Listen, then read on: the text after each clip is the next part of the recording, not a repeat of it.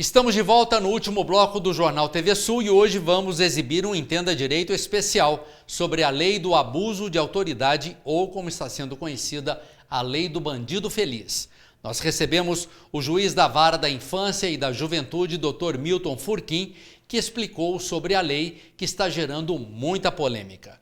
O Jornal TV Sul fica por aqui e a gente se vê na próxima edição. Fique agora com o Entenda Direito especial.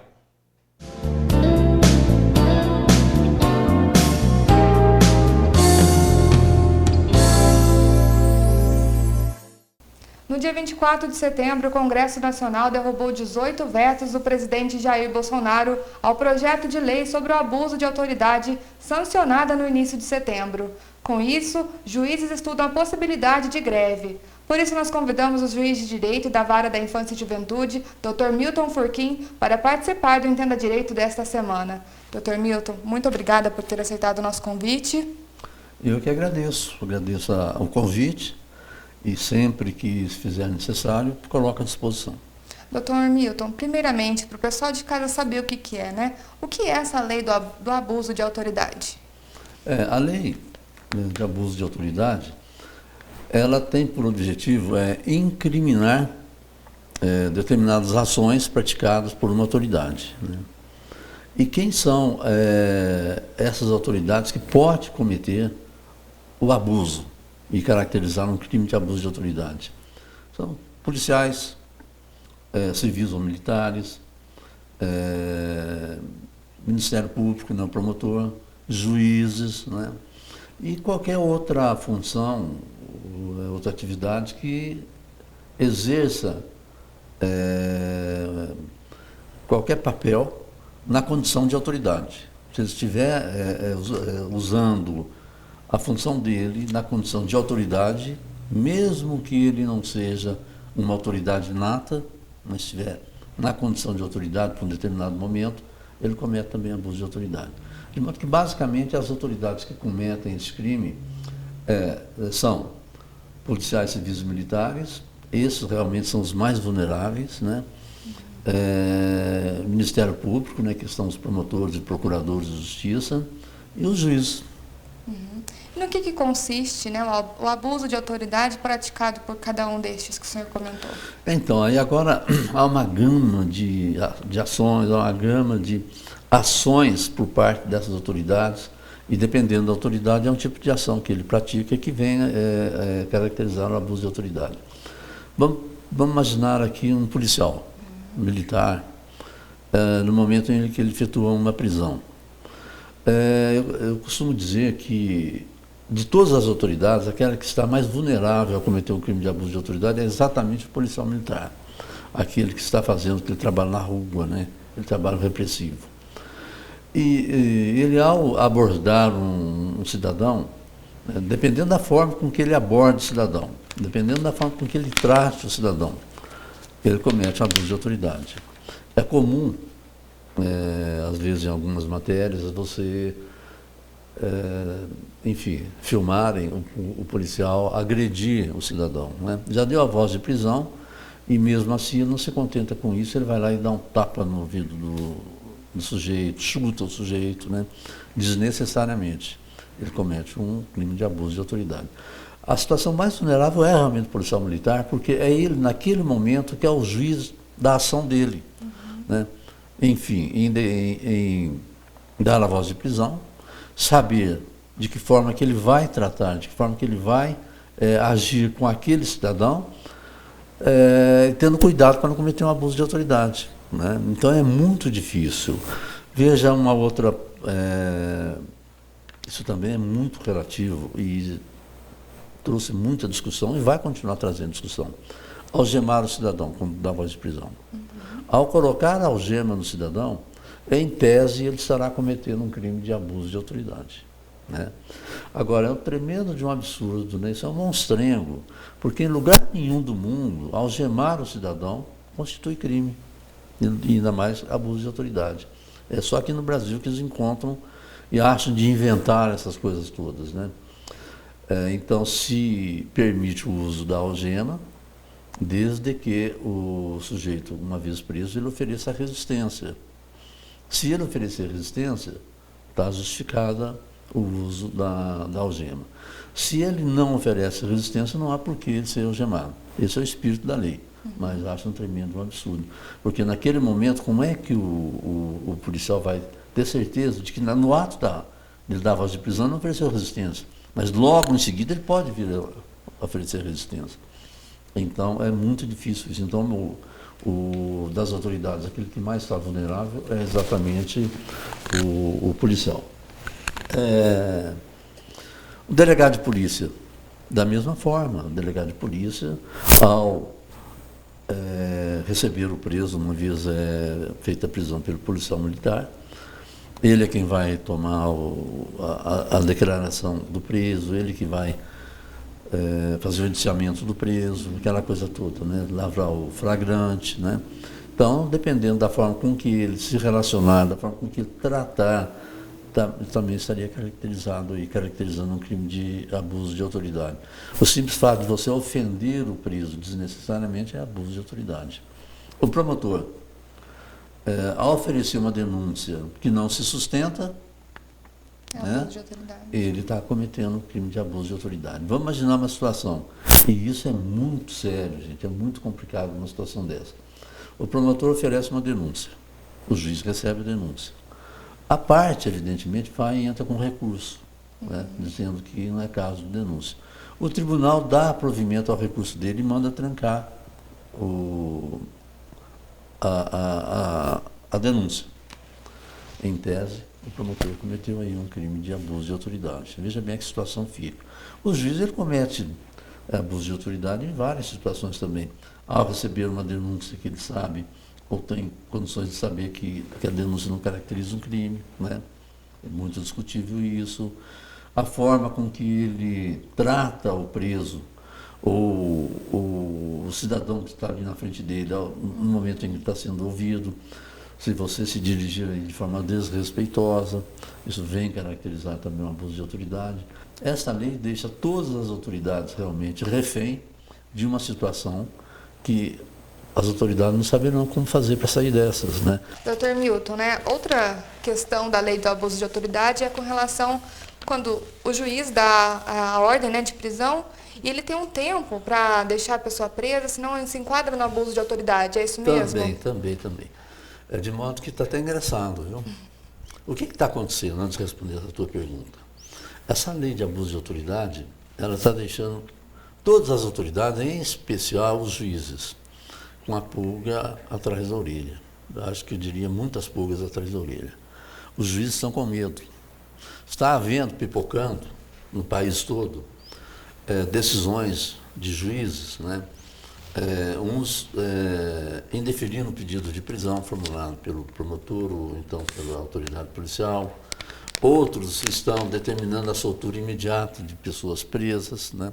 Porque a lei, ela deixa realmente essa brecha, essa margem, para que aquele sujeito que sofreu uma ação do juiz para processá-lo ou denunciá-lo por abuso de autoridade. Muito bem, mas aí algumas pessoas falam, mas olha, entre fazer uma denúncia ao juiz por abuso de autoridade e uma condenação desse juiz por abuso de autoridade vai uma distância muito grande. Falei, perfeito.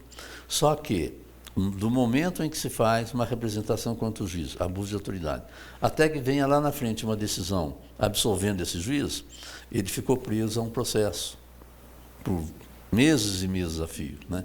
E a maior pena, seja ao juiz, ou seja, um cidadão comum, é ele ficar realmente dependente, ele ficar preso a um processo, aquela espada realmente o tempo todo, sem saber o que vai acontecer lá na frente, né?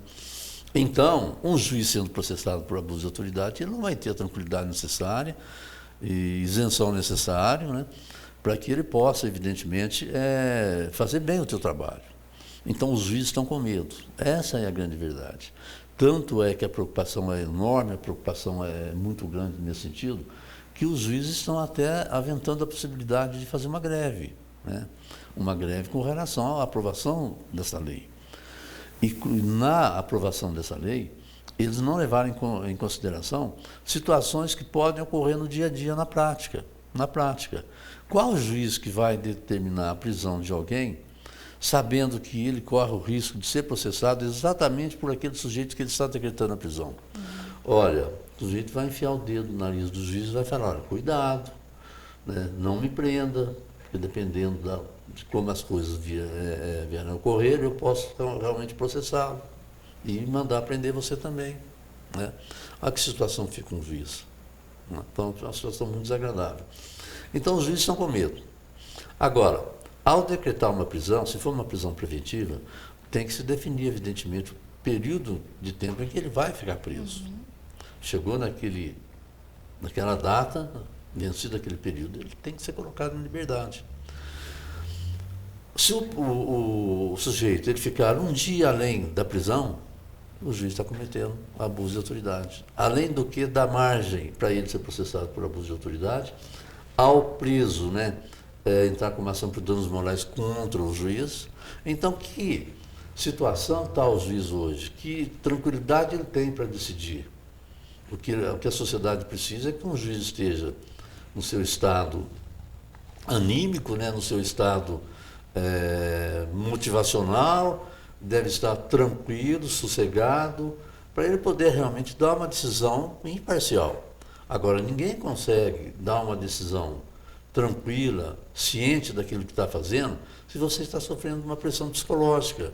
E essa é uma pressão psicológica, né, sabendo que eu posso ser processado pelo próprio cidadão a quem eu decretei a prisão dele. Né? Então está muito difícil. Tem muitas situações em que os juízes estão aí realmente determinando a soltura dos presos. Em outras situações, os juízes estão indeferindo o pedido de prisão preventiva por parte do promotor ou do Ministério Público, e a situação está neste pé atualmente, agora de momento, e a tendência é realmente a haver uma adesão muito grande, realmente, por parte de todos os juízes do país, né? Não como forma de você se mostrar e se posicionar de forma contrária à aprovação da lei, porque isso já todo mundo é contra mesmo, mas sim para preservar-se, né? Não correr o risco de vir a ser processado por um marginal. O senhor já precisou mudar alguma decisão por conta da lei ou ainda não? Não, ainda não, mas eu confesso que, porque a bem da verdade, na condição de juiz civil, eu não tenho situações que possa me deixar nessas que eu acabei de referir a você. Isso enfrenta mais a um juiz criminal, da vara criminal, que enfrenta as situações do seu dia a dia. Na vara civil, eu vou ter problema com devedores de pensão alimentícia, né? E aí realmente já posso começar a pensar nisso. E na infância e juventude, né? Na infância e juventude, que vai ser o nosso maior problema aqui em Gospé. Isso que eu ia te perguntar. O que essa lei vai interferir, né? Como que ela vai ser aplicada com relação aos adolescentes? Então, da mesma forma como ela será aplicada e será observada com relação aos adultos, né? Porque quando o juiz decreta a internação na infância e juventude equivale à prisão, né, na vara criminal.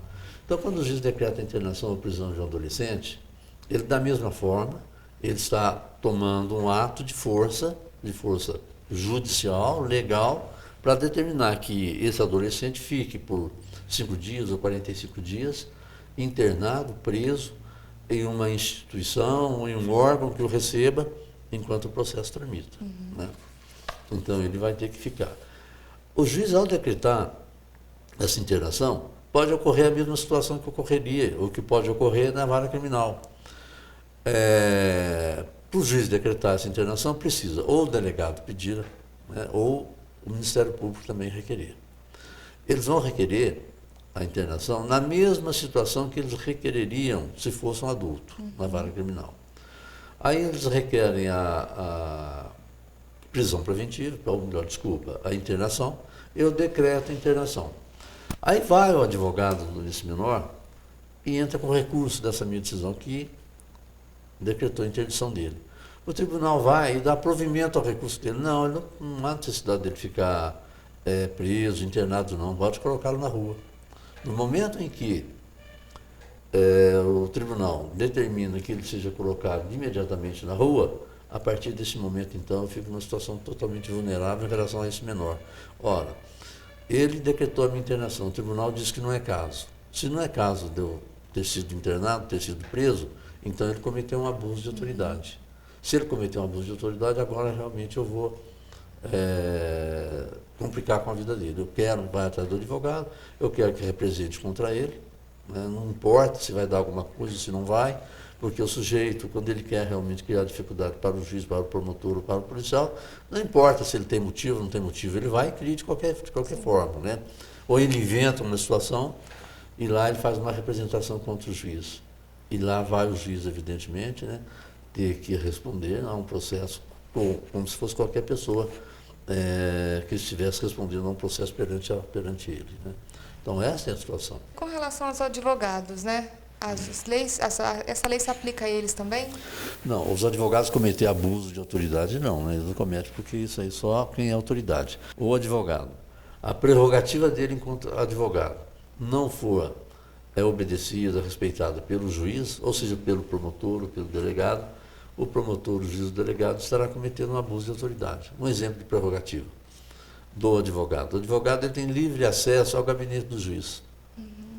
Essa é uma prerrogativa que diz que ele não tem que bater na porta, de licença para entrar, ele não tem que anunciar, ele pode chegar e adentrar, e ele tem que ser atendido pelo juiz, né? Essa é uma prerrogativa do advogado. Se o juiz criar dificuldade para ele, o juiz está ferindo essa prerrogativa dele. O juiz estará cometendo um abuso de autoridade aí. O advogado poderá representar contra ele. São certos absurdos, né, da lei, e muitos absurdos. Essa lei não pode vingar em hipótese alguma, porque ela vai trazer uma insegurança jurídica muito grande para a população. Ela não está, evidentemente, beneficiando a população em nenhum ponto, em nenhum momento. Ela só está criando dificuldade, ela só está colocando a própria população aí numa situação bastante incômoda e vulnerável, porque a população, a sociedade, ela só pode dormir tranquila, ela só pode estar tranquila enquanto tiver um juiz que não tenha medo, enquanto tiver um juiz que decida. Porque a partir do momento que os juízes se acovardarem, a partir do momento em que os juízes falarem, nós temos medo, nós não vamos agir, a população ela fica totalmente vulnerável, porque a última trincheira, a última salvaguarda do cidadão ainda é o juiz. E quem que vai punir os juízes? Aí. Então, essa é uma questão. No caso do juiz, ao cometer um crime de abuso de autoridade,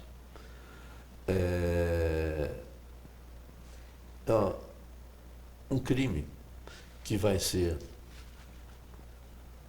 processado e julgado pelo Tribunal de Justiça.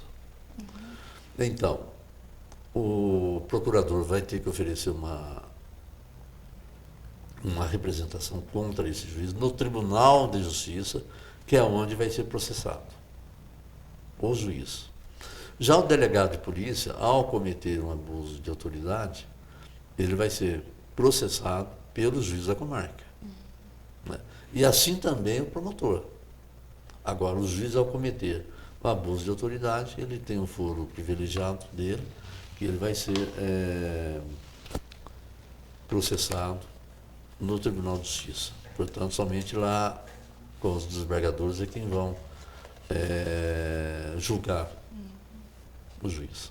E o senhor acredita que vai acontecer a greve mesmo? E se acontecer, quais serão as consequências dela? Então, greve de juiz é complicado, viu? É complicado. Olha, já existiram N oportunidades e tentativas de juízes fazerem greve. Os mais variados assuntos, os mais variados temas, né? E não se vingou. Agora, eu acho, em relação ao tema que está sendo discutido agora, que é se posicionar contra, não mais um projeto de lei, mas se posicionar contra uma lei, né, que vem incriminar ações dos juízes no seu legítimo e sagrado direito de decidir, né, e o juiz precisa ter liberdade para decidir. O juiz ele não tem condições de decidir se ele estiver manietado, se ele estiver coagido, se ele estiver premido pelas condições desfavoráveis no momento. Então o juiz tem que ter plena liberdade para ele poder decidir. Eu não acredito não que a greve possa realmente ter a adesão de toda a magistratura no país, né? Eu acredito que não. Mas não deixa de ser realmente, aí, entre aspas, uma ameaça. Dr. Milton, eu agradeço a sua participação aqui no Entenda Direito desta semana. Se o senhor quiser fazer alguma colocação, fica à vontade. Eu que agradeço esse convite. E a sociedade tem que tomar partido, o povo tem que tomar partido, não tem outra situação. Os juízes, há autoridades e autoridades, assim como há promotores, assim como há delegados e polícias, né? Sempre, em qualquer instituição, há algum profissional que possa agir de má fé, mas você não pode nivelar todos os juízes que estariam agindo com abuso de autoridade, todos os promotores, nem todos os policiais. Aquele que agir com base no abuso de autoridade, que não respeitar os direitos mínimos do cidadão, tem que responder sim por abuso de autoridade. Mas não é qualquer situação que leva realmente a isso. De modo que o policial tem que ter a tranquilidade dele necessária para ele poder efetuar o trabalho dele. Qual policial que vai efetuar uma prisão ou vai garantir realmente ao cidadão para que ele possa ir e vir sem nenhum problema, se ele sabe que se for fazer uma prisão, ele corre o risco de ser processado por abuso de autoridade? Qual o promotor que vai oferecer uma denúncia, correndo o mesmo risco? E o juiz? Que juiz que vai decretar a prisão? Porque só quem pode decretar a prisão é o juiz. Agora, como que eu vou decretar a prisão de um cidadão, sabendo que esse mesmo cidadão pode me processar exatamente por eu ter decretado a prisão dele? Então a situação está muito complicada. Cada dia nós temos situação nova por esse país afora, que foge realmente até da lógica, e é preciso sim que a sociedade passe a tomar posição. Não deixar a coisa degringolar do jeito que as coisas estão indo. Devemos essa situação toda aí ao Congresso Nacional, que aprovou essa lei, um monstrengo, né, a bem da verdade, saliendo de um monstrengo, tudo por questão de rixa, de briga, de inveja com a Lava Jato. Muito obrigada, Dr. Milton. O Entenda Direito desta semana fica por aqui. Até a próxima semana.